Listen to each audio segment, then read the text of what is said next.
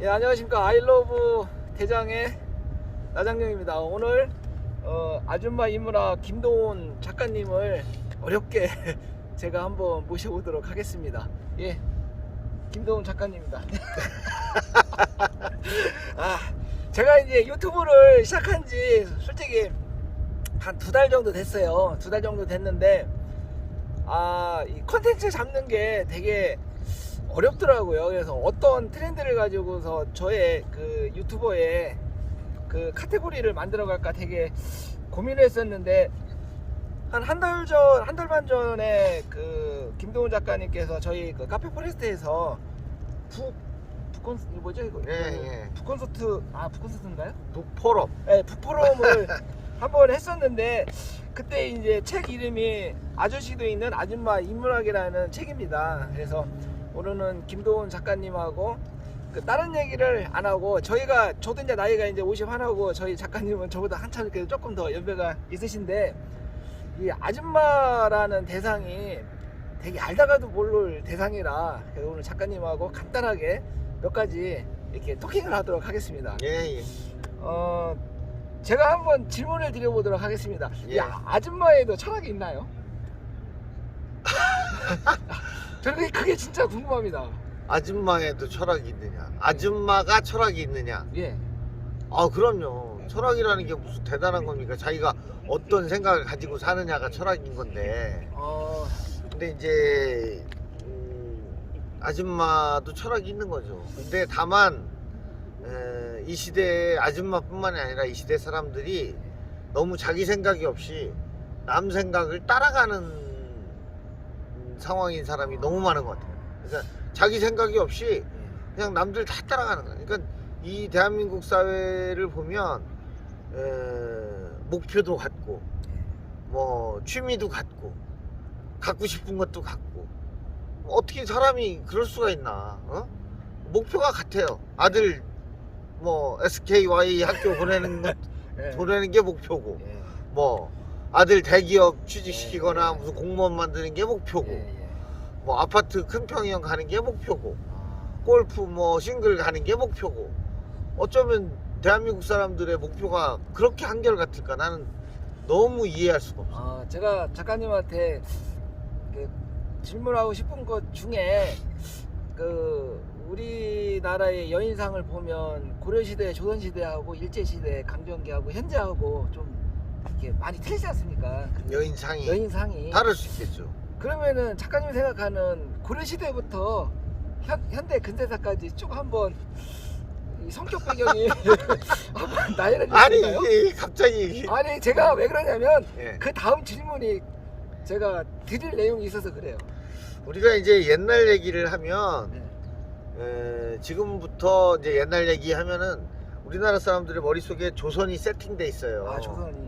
워낙 많이 이제 사극을 해도 조선. 뭐 우리한테 구전돼서 내려오는 이야기도 대부분의 조선의 이야기. 또 뭐 그 모든 자료가 이제 조선 위주다 보니까 사람들이 이제 조선이 옛날이다라는 생각을 하는 거죠. 그러나 이제 조선은 우리 오랜 역사 중에 한 부분에 불과하고 이제 고려를 왜 얘기했는지 모르지만 고려부터 얘기하려면 고려는 조선과는 여성관이 굉장히 달랐어요. 그래서 우리가 사극에서 보는 조선시대처럼 여성을 어떤 틀 안에 가둬놓고 여성의 행동과 생각과 말을 제한하는 정도 그렇게 엄격한 사회는 아니었던 걸로 보고 고려는 뭐 여성이 조선보다는 훨씬 개방적이고 지위도 더 높았고 뭐 성적으로 개방돼 있었고 그 다음에 이제 뭐 재산을 축적하고 이제 그 가업을 물려받고 이제 선조로부터 이제 재산을 물려받고 이런 것들도 굉장히 자유로웠죠. 조선 전기까지만 해도 그랬다가 조선 중기 이후에 이제 여성들의 역할과 권한 사회 진출이 굉장히 쪼그라들었죠. 왜 그랬죠? 그게 이제 뭐 여러 가지가 있는데 조선 시대는 이제 국가 종교가 유교잖아요. 근데 고려 시대는 국가 종교가 이제 불교고 그 차이가 이제 일단은 크고 왜냐면은 불교 사회는 이제 유교 사회는 유교 사회는 엄격한 신분 사회고 남녀의 구별, 신분의 구별, 뭐 어른과 아이의 구별 뭐 이런 게 엄격했잖아요. 근데 조선 왕조가 개국하면서 유교를 바탕으로 한 국가를 만든 건 맞는데 아니 고려 그 어디야 저 삼국시대 통일신라 시대 1000년 넘게 자유롭게 살던 사람들이 어느 날 조선의 가치관에 딱 맞춰서 몇 날 몇 시에 마음 이거 안 되거든요. 그 마음 그 사회적 풍습이나 이런 게 그 바뀌고 사람들의 마인드가 바뀌는 데까지 대략 200년 짧게는 100년이 걸린다고 보는 거예요. 그래서 조선 전기까지만 해도 여성들이 그렇게 위축되지는 않았었다. 난 그렇게 이제 여러 책 통해서 봤어요. 그러면은 제가 이제 왜 조선시대 고려시대 때를 얘기를 드렸냐면 지금 현재 2023년을 사는 현재를 보면 여성들이 사회 진출해서 돈을 버는 그 어떤 연령층들이 되게 옛날에 비해서 되게 많아졌거든요. 비율이 높아졌죠. 예, 그래서 엄청나게 높아졌죠. 그 어떤 분은 이렇게 얘기하더라고요. 돈을 버는 사람이 가장이다. 뭐 그렇게 얘기를 하는데 어떻게 보면 돈을 버는 게 가장이다라고 하면 역으로 생각하면 남자는 돈을 안 벌어도 된다는 얘기잖아요. 그게 아니고 예. 이제 아까 내가 얘기했듯이 고려 시대까지만 해도 사람들의 머릿속에 불교적인 이 생각이 딱 고정화되어 있는 거예요. 국가 종교이기 때문에. 예. 그리고 조선 시대는 유교, 예. 뭐 장유유서, 남유유별 이게 막 머릿속에 딱 세팅이 돼 있는 건데 예. 그럼 이제 지금 오늘날에는 종교의 자유잖아요. 예. 대한민국이 무슨 종교가 국가에서 뭐 그런 거 아니잖아요. 종교의 자유. 그렇죠. 그런데 내가 볼 때는 그 사람들의 의식을 지배하는 게 종교 철학이 아니라 이 자본주의라는 돈이 지배하는 사회라는 이 인식들이 애들부터 어른까지 꽉 차 있어요. 내가 볼 때는. 그러면은 어떻게든 간에 그래서 이제 돈을 벌 수 있는 능력, 돈을 생산할 수 있는 능력, 이걸 가지고 사람의 가치를 평가하는 이게 요새 사회의 특징이에요. 그래서 어른들이 공경받지 못하고 아이들이 막 그 학원 뺑뺑이 엄마가 돌리면 그냥 가야 되고 이런 게 미래의 생산성을 높이기 위한 투자거든요. 그래서 이제 그러면서 말씀하신 대로 여성이 사회 진출을 많이 하면서 여성의 목소리가 높아지고 그건 뭐 좋은 현상이긴 한데 뭐 여성이든 남성이든 하여튼 돈을 잘 버는 사람이 장땡이네요. 집안에서도 보세요. 명절날 모이면 돈 잘 버는 아들이 최고입니다. 돈 잘 버는 며느리는 굳이 시어머니 눈치 보고 거기 가서 이거 안 합니다.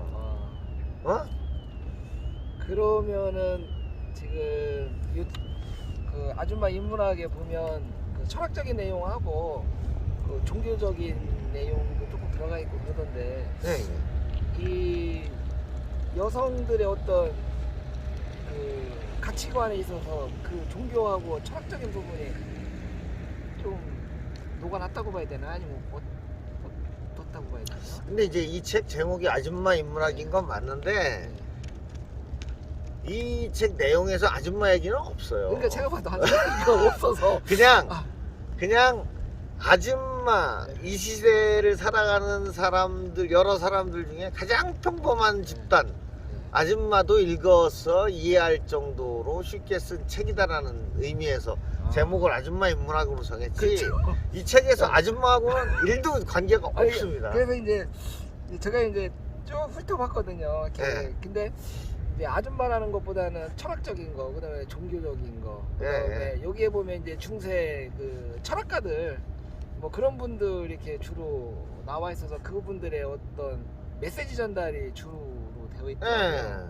그래서 그분들로 하여금 이 아줌마들을 계몽시키려고 하는 거죠. 아니 이게 거기는 이제 제목만 아줌마를 다른 거고 아줌마하고 관계없이 이 현대인들이 좀 뭐랄까 상식이 상식이 얕아요. 아. 특히 인문학적인 상식이. 예.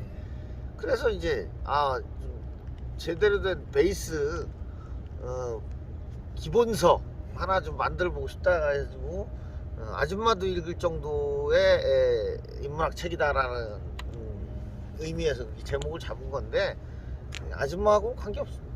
그래서 이제 주로 이제 아주머니들은 수다 떠는 걸 좋아하잖아요. 이게 하루 종일 얘기하고도 또 집 헤어질 때 또 전화해서 또 했던 얘기 또 하고 제가 봤을 때는 남자들도 술 먹으면 했던 얘기 또 하고 그러잖아요.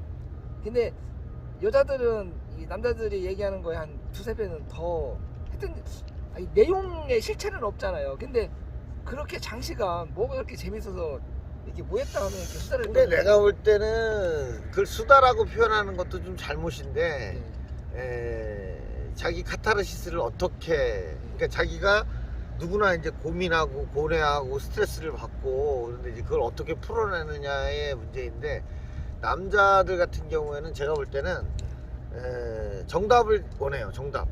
이제 뭔가 이런 문제가 생겼으면 이렇게 해결하고 싶어하는 이게 굉장히 강해요. 승부가 정확하게 나고 원인과 결과가 정확하고 똑 떨어지는 걸 좋아하는데 여성들 같은 경우는 꼭 그렇지 않은 것 같아요.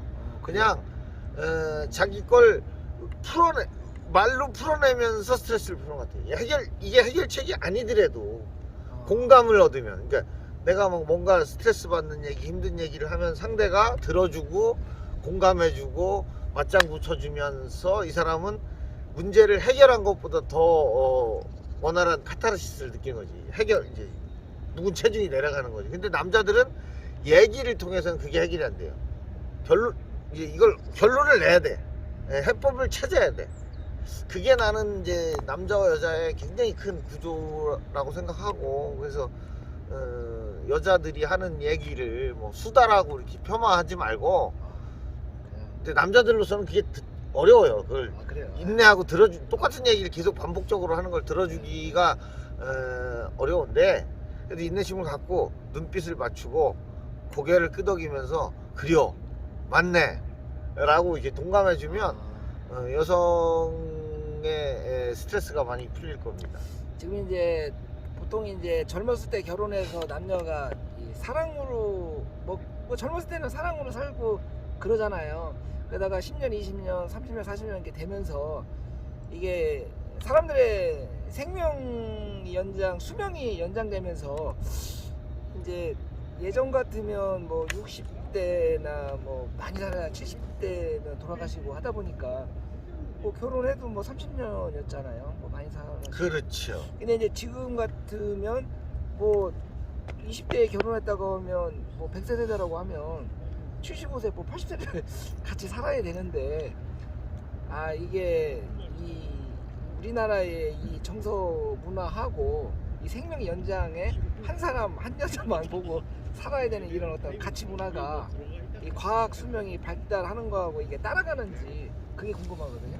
그건 뭐 내가 답변할 건 아니지만 이제 말씀하신 게 뭐 20대에 결혼한다고요? 요새 20대에 결혼한 사람 봤어요? 그렇죠. 20대 없죠. 그렇죠. 그렇기 때문에 예. 과거에는 20대에 빨리 결혼해서 30 초반까지 빨리 이제 그 아이도 낳아야 되고 노산을 하면 이제 여러 가지 위험하고 근데 지금은 이제 뭐 과학기술이 발달하면서 40살 훨씬 넘어서도 아이를 뭐 건강하게 낳을 수 있다라는 여러 가지 그 통념이 되고 있잖아요.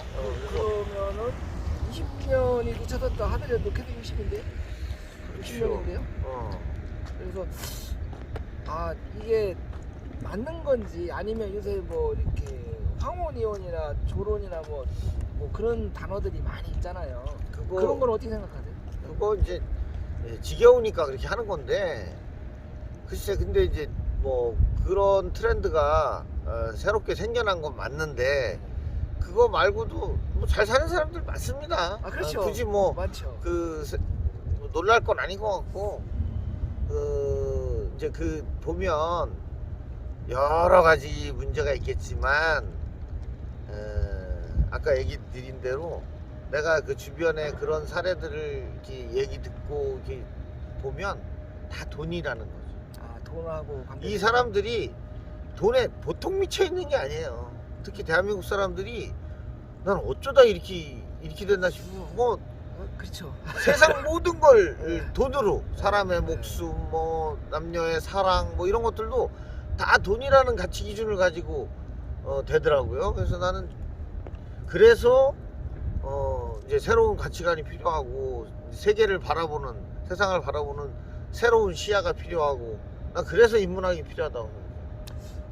제가 작가님한테 궁금했던 내용 중에 하나가 아까 이제 물질만능주의 뭐 이렇게 현금, 돈 그런 쪽에 되게 물들어 있고 그래서 그런지 모르겠지만 왜 요새 현대 여성들은 예전에 비해서 결혼을 안 하려고 할까요, 그럼? 뭐 이유가 있나요? 뭐, 글쎄 여러 가지 이유가 있겠지만 아줌마라는 이름을 듣기 싫어서 그러나? 아니 그것도 돈하고도 연결이 되고 그다음에 이제 사실 그 이제 육아를 하고 뭐 아이 키워보셨잖아요. 뭐 제가 얼마 키웠나요? 그러니까 저희가 이제 키웠죠. 사실 그 우리 어머니 세대들이 보여줬던 그 육아를 하면서 자기 청춘을 다 합친 거죠. 뭐 자식을 5, 6씩 낳아서 그렇죠. 기르는 동안에 뭐 좀 뭐 할 만하면 또 나오고 해가지고 그러면서 이제 자기 청춘을 다 바치고 그 남편의 뒷바라지를 하면서 자기 청춘을 근데 이제 이제 다 소진했던 이제 그 세대에 비한다면 요새 여성들은 이제 뭐 학력도 있고 사회 진출도 개방적이고 하니까 이제 그 아이들을 키우면서 얻을 수 있는 보람도 있지만 그거보다는 자신의 일을 통해서 성취해 나가면서 더 큰 자아의식을 느끼는 것 같아요. 그래서 뭐 난 그거 물론 아쉬워요. 정말 출산율 문제 이거 보통 심각한 게 아니고 좀 해줬으면 좋겠는데 뭐 그거 몰아붙일 일은 아니라고 생각해요. 지금 보면 통계적으로 남자가 더 적잖아요. 지금 태어나는 태생을 보면 여성들이 좀 더 많고. 그렇지 않을 것 같아요. 우리나라는 그래요? 1대1 거의 맞춰지는 걸로 알고 있는데. 그럼 또 바뀌었나 본데. 만약에 아들이 결혼을 안 한다고 하면 박사님은 뭐라고 하겠습니까? 지금 현재 아들? 이제 저도 그 어떻게 내가 자라던 시절의 가치관이 여기 많이 세팅이 돼 있을 거 아니에요. 그러니까 나도 우리 아이가 정상적인 나이에 취업을 하고 정상적인 나이에 결혼을 하고 가정을 꾸려서 이 아이를 낳고 이런 모습으로 살기를 원하지만 뭐 어떤 이유가 됐든 본인이 거부한다면 그걸 부모 입장에서 강요할 수는 없다. 강요할 수는 물론 나는 그것을 원해요. 그러면 마지막으로 지금 이렇게 결혼식 관련해서 청첩장 돌리고 요새 모바일 네. 안내장을 많이 돌리고 지금 그렇게 하시고 있잖아요. 네. 근데 이제 코로나로 인해서 뭐 100명 제한, 50명 제한 하면서 그 기빈들이나 그 내방객분들이 많이 이제 줄어들고 있는 추세이긴 한데 지금 문화가 이렇게 많은 사람들이 와서 축하해주는 문화로 계속 가야 될지 아니면 가족적인 소규모로 결혼식을 해야 될지 그런 거는 좀 어떻습니까? 나 그거에 대해서는 진짜 할 말이 많은데 예. 이거 뭐 장례도 물론 그렇지만 장례는 좀 덜한데 이 결혼식장 좀 행색계나 하는 사람들 결혼식장에 가면 이거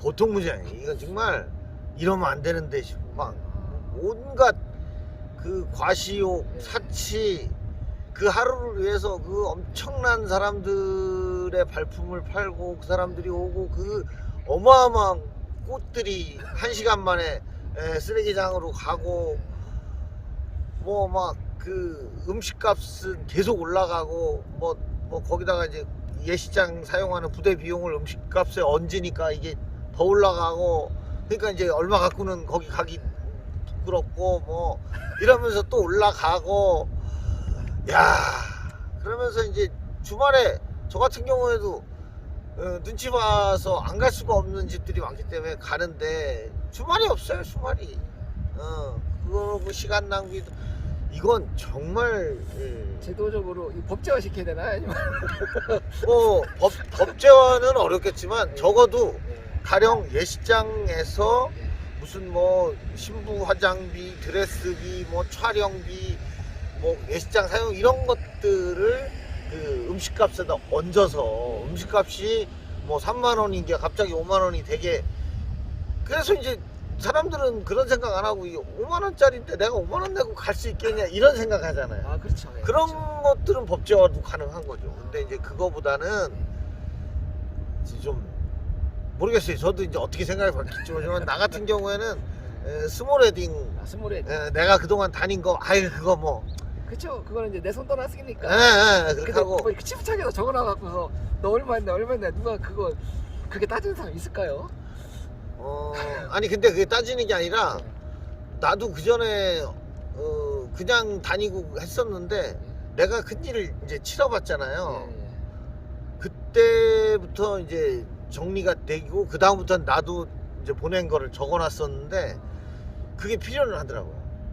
필요는 하더라고. 사회생활 하는데 예. 그게 또 필요하죠. 그리고 그때 왔던 사람들이 얼마나 고마운지 몰라요.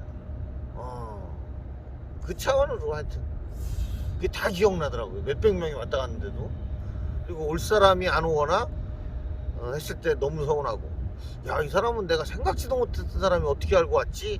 하는 사람한테 또 고맙고 뭐 그런 건 있더라고요. 그렇지만 좀 그 홀리의 상례 문화는 많이 좀 바뀌어야 된다고 생각을 해요. 마지막으로 현대를 살아가는 우리 아줌마 여성분들 좀 기준이라고 하는 게 하나가 있다면 이 기준 지켜가면서 이 같이 이 사회생활에 어떤 인력군으로서 어떤 역할을 뭐를 해야 된다고 하면 뭐 하나를 딱 찝을 수 있겠습니까 마지막으로? 뭐 아줌마가 해야 되는 게 아니라 이제 모든 국민이 해야 될 일인데 지금 아까도 말씀드렸듯이 우리나라는 자본주의 사회를 살고 있는 건 맞는데 지금 뭐 사회주의권 사회가 저 국가가 몇이나 되겠어요. 거의 붕괴됐죠. 예, 다 자본주의인데 난 이제 여행도 많이 하고 뭐 이런 이제 책도 보고 유튜브도 듣고 많은 정보를 얻으려고 노력하는데 대한민국처럼 이렇게 돈에 미쳐서 하는 나라는 없어요. 온 국민이 그냥 어린 애들부터 돈에 미쳐 있어요. 이건 아니야. 내가 볼 때는 야 정말 심하다. 만약에 내가 그런 걸 봤어요. 그 왜 우리 모임 같은 거 하다 보면 사람들 못 가게 하려고 맨 마지막에 경품 하잖아요. 경품 그렇죠. 추첨. 애들이 더 하다니까. 그 막 초등학교 1, 2학년 이런 애들이 막 누가 갈라 그러면 막 뺏어가지고 몇 장씩 들고 막 눈을 동그랗게 뜯고 그걸 타겠다고 막 이 그 집념을 와 이 물질에 미쳐 있구나. 저 어린애들조차도 그걸 막 타기 위해서 타겠다고 그리고 막 다 못하면 막 실망스러워가지고 하는 표정들을 난 여러 번 보고 야 이거 정말 재밌자고 하는 게 아니라 이거는 애들을 배려놨구나.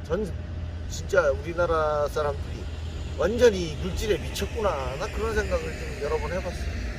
그래서 제가 그 유튜브 영상을 찍으면서 그 관공사가 됐건 국가기관이 됐던 담당자 여러분 지금 우리나라가 이렇게 되게 정신적으로 많이 이렇게 피폐화된 것 같아요. 그래서 많이. 그래서 지금 가장 필요한 게 어떤 이런 철학적인 부분, 사상적인 부분이나 이런 작가, 특히 교수님들이 어떤 강좌를 많이 열어서 그 본인들이 듣고 싶은 강좌들이 많이 있을 거잖아요. 컨텐츠를 많이 개발을 해서 이렇게 여성분들 물론 남성들도 마찬가지겠지만 강좌를 좀 공연 뭐 가수들이 이렇게 으쌰으쌰하고 뭐 하는 것도 중요하지만 저는 그런 콘서트 한 번 열 거면 이런 입문 강좌를 한 10번 뭐 아니면 뭐 이렇게 그 이상 조금 예산을 세워서 이런 쪽으로 많이 포커스를 맞춰 간다고 하면 이 돈에 대한 그 물질 만능주의가 어느 정도는 좀 예전에 어떤 감성적이면서 낭만적인 그런 시대로 조금 돌아갈 것 같습니다. 관계자 분님 꼭 좀 뭐 이렇게 의사 뭐 그런 거 좋은데 우리 이런 그 낭만이 없어졌어요. 낭만이 뭔 얘기인지 아시겠습니까? 낭만을 위해서라도 그리고 자식들이 이렇게 돈 해가면서 살게끔 하고 싶습니까? 이 자라나는 어린 그 자녀들한테는 정말 우리가 이 청춘의 낭만을 옛날 그 대학 시절에 캠퍼스에서 얼마나 이 낭만적인 그런 문화가 많았습니까? 그거 다시 돌려주려면 누가 해야 됩니까? 우리 당신들이 하셔야지. 이상 오늘 김도훈 작가님하고 그 아줌마라는 주제로 이렇게 간단하게 두서없이 대화를 했는데 한번 깊이 한번 생각해봐야 될 때가 온 것 같습니다. 이상 아이러브 대장이었습니다. 고맙습니다. 예.